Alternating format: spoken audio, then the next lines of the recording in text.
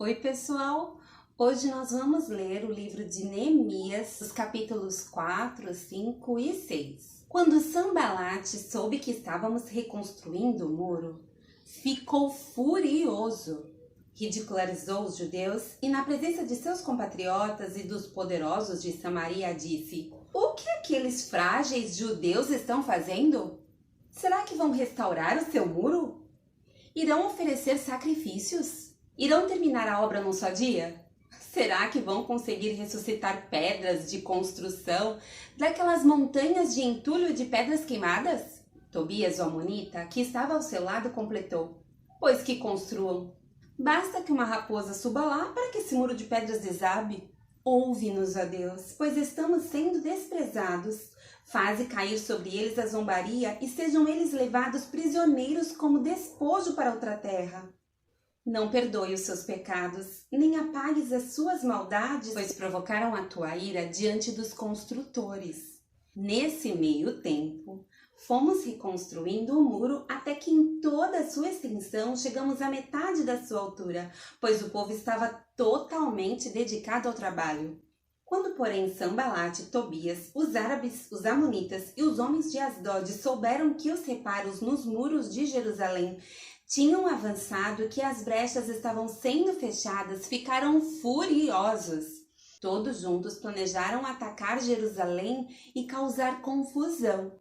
Mas nós oramos ao nosso Deus e colocamos guardas de dia e de noite para proteger-nos deles. Enquanto isso, o povo de Judá começou a dizer: "Os trabalhadores já não têm mais forças e ainda há muito entulho. Por nós mesmos não conseguiremos reconstruir o muro." E os nossos inimigos diziam: "Antes que descubram qualquer coisa ou nos vejam, estaremos bem ali, no meio deles. Vamos matá-los e acabar com o trabalho deles." Os judeus que moravam perto deles 10 vezes nos preveniram: "Para onde quer que vocês se virarem, saibam que seremos atacados de todos os lados." Por isso, posicionei alguns do povo atrás dos pontos mais baixos do muro, nos lugares abertos, divididos por famílias, armados de espadas, lanças e arcos. Fiz uma rápida inspeção e imediatamente disse aos nobres, aos oficiais e ao restante do povo: "Não tenham medo deles.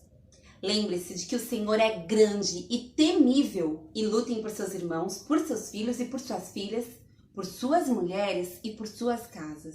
Quando os nossos inimigos descobriram que sabíamos de tudo e que Deus tinha frustrado a sua trama, todos nós voltamos para o muro, cada um para o seu trabalho. Daquele dia em diante, enquanto metade dos meus homens faziam o trabalho, a outra metade permanecia armada de lanças, escudos, arcos e couraças. Os oficiais davam apoio a todo o povo de Judá que estava construindo o muro. Aqueles que transportavam o material faziam o trabalho com uma das mãos e com a outra seguravam uma arma. E cada um dos construtores trazia na cintura uma espada enquanto trabalhava, e comigo ficava um homem pronto para tocar a trombeta. Então eu disse aos nobres, aos oficiais e ao restante do povo: "A obra é grande e extensa, e estamos separados, distantes uns dos outros, ao longo do muro. Do lugar de onde ouvirem o som da trombeta, junte-se a nós ali. Nosso Deus lutará por nós." Dessa maneira, prosseguimos o trabalho com metade dos homens empunhando espadas desde o raiar da alvorada até o cair da tarde. Naquela ocasião, eu também disse ao povo: "Cada um de vocês e o seu ajudante devem ficar a noite em Jerusalém para que possam servir de guarda à noite e trabalhar durante o dia. Eu, os meus irmãos e os meus homens de confiança e os guardas que estavam comigo nem tirávamos a roupa e cada um permanecia de arma na mão." Ora, o povo, homens e mulheres, começou a reclamar muito de seus irmãos judeus. Alguns diziam: "Nós, nossos filhos e nossas filhas, somos numerosos, precisamos de trigo para comer e continuar vivos." Outros diziam: "Tivemos que penhorar nossas terras, nossas vinhas e nossas casas para conseguir trigo para matar a fome." E havia ainda outros que diziam: "Tivemos que tomar dinheiro emprestado para pagar o imposto cobrado sobre as nossas terras e as nossas vinhas. Apesar de sermos do mesmo sangue dos nossos compatriotas e de nossos filhos serem tão bons quanto os deles, Ainda assim, temos que sujeitar os nossos filhos e as nossas filhas à escravidão.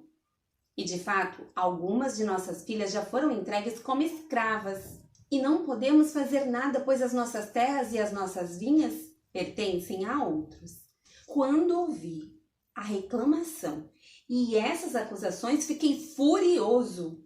Fiz uma avaliação de tudo e então repreendi os nobres e os oficiais, dizendo: vocês estão cobrando juros dos seus compatriotas? Por isso, convoquei uma grande reunião contra eles e disse: na medida do possível, nós compramos de volta nossos irmãos judeus que haviam sido vendidos aos outros povos. Agora vocês estão até vendendo seus irmãos, assim eles terão que ser vendidos a nós de novo. Eles ficaram em silêncio, pois não tinham resposta.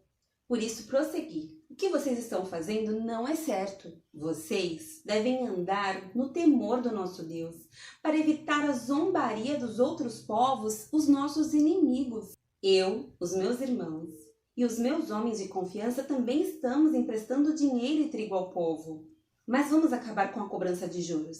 Devolva-lhes imediatamente suas terras, suas vinhas, suas oliveiras e suas casas e também os juros que cobraram deles. A 100ª parte do dinheiro, do trigo, do vinho e do azeite. E eles responderam: nós devolveremos tudo o que você citou e não exigiremos mais nada deles. Vamos fazer o que você está pedindo. Então convoquei os sacerdotes e os fiz declarar sob juramento que cumpririam a promessa feita. Também sacudi a dobra do meu manto e disse: Deus assim sacuda de sua casa e de seus bens todo aquele que não mantiver a sua promessa. Tal homem seja sacudido e esvaziado. Toda a assembleia disse amém e louvou o Senhor, e o povo cumpriu o que prometeu.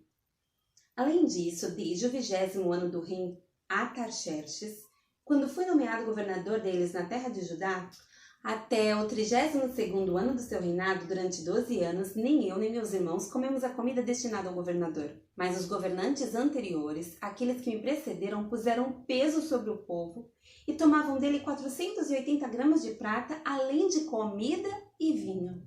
Até os seus auxiliares oprimiam o povo, mas, por temer a Deus, não agi dessa maneira. Ao contrário, eu mesmo me dediquei ao trabalho nesse muro.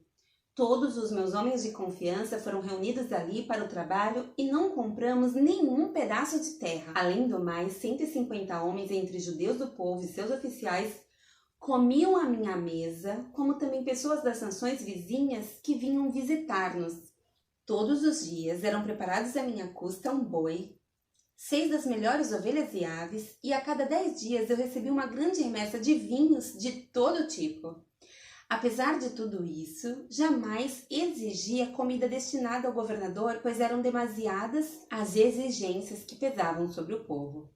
Lembra-te de mim, ó Deus, levando em conta tudo o que fiz por este povo. Quando Sanbalat e Tobias, Gesem, o árabe, e o restante de nossos inimigos souberam que eu havia reconstruído o muro e que não havia ficado nenhuma brecha, embora até então eu ainda não tivesse colocado as portas nos seus lugares, Sanbalat e Gesem mandaram-me a seguinte mensagem: venha, vamos nos encontrar num dos povoados da planície de Ono. Eles, contudo, estavam tramando fazer-me mal. Por isso enviei-lhes mensageiros com esta resposta: estou executando um grande projeto e não posso descer. Por que parar a obra para ir encontrar-me com vocês? Eles me mandaram 4 vezes a mesma mensagem e todas as vezes lhes dei a mesma resposta. Então, na 5ª vez, Sanbalat mandou-me um dos seus homens de confiança com a mesma mensagem. Ele tinha na mão uma carta aberta em que estava escrito: dizem entre as nações, e Gesem diz que é verdade, que você e os judeus estão tramando uma revolta e que por isso estão reconstruindo o muro. Além disso, conforme dizem, você está na iminência de se tornar o rei deles. E até nomeou profetas para fazerem em Jerusalém a seguinte proclamação a seu respeito: há um rei em Judá. Ora, essa informação será levada ao rei. Por isso, vamos conversar. Eu lhe mandei essa resposta. Nada disso que você diz está acontecendo, é pura invenção sua. Estavam todos tentando intimidar-nos, pensando, eles serão enfraquecidos e não concluirão a obra. Eu, porém, orei pedindo, fortalece agora as minhas mãos. Um dia, fui à casa de Semaías, filho de Delaías, neto de Meetabel. Estava trancado portas adentro. Ele disse, vamos encontrar-nos na casa de Deus no templo, a portas fechadas, pois estão querendo matá-lo. Eles virão à noite. Todavia eu lhe respondi, acha que um homem como eu deveria fugir? Alguém como eu deveria entrar no templo para salvar a vida? Não, eu não irei. Percebi que Deus não o tinha enviado e que ele tinha profetizado contra mim porque Tobias e Sambalate o tinham contratado. Ele tinha sido pago para me intimidar, a fim de que eu cometesse um pecado agindo daquela maneira, e então eles poderiam difamar-me e desacreditar-me. Lembra-te do que fizeram Tobias e Sambalate, meu Deus. Lembra-te também da profetisa Noadia e do restante dos profetas que estão tentando me intimidar. O muro ficou pronto no 25º dia de Elul, em 52 dias. Quando todos os nossos inimigos souberam disso, todas as nações vizinhas ficaram atemorizadas e com orgulho ferido, pois perceberam que essa obra havia sido executada com a ajuda de nosso Deus. E também naqueles dias os nobres de Judá estavam enviando muitas cartas a Tobias, que lhes enviava suas respostas. Porque muitos de Judá estavam comprometidos com ele por juramento, visto que era genro de Secanias, filho de Ara, e seu filho Joanã havia se casado com a filha de Mesulão, neto de Berequias. Até ousavam elogiá-lo na minha presença e iam contar-lhe o que eu dizia. E Tobias continuou a enviar-me cartas para me intimidar.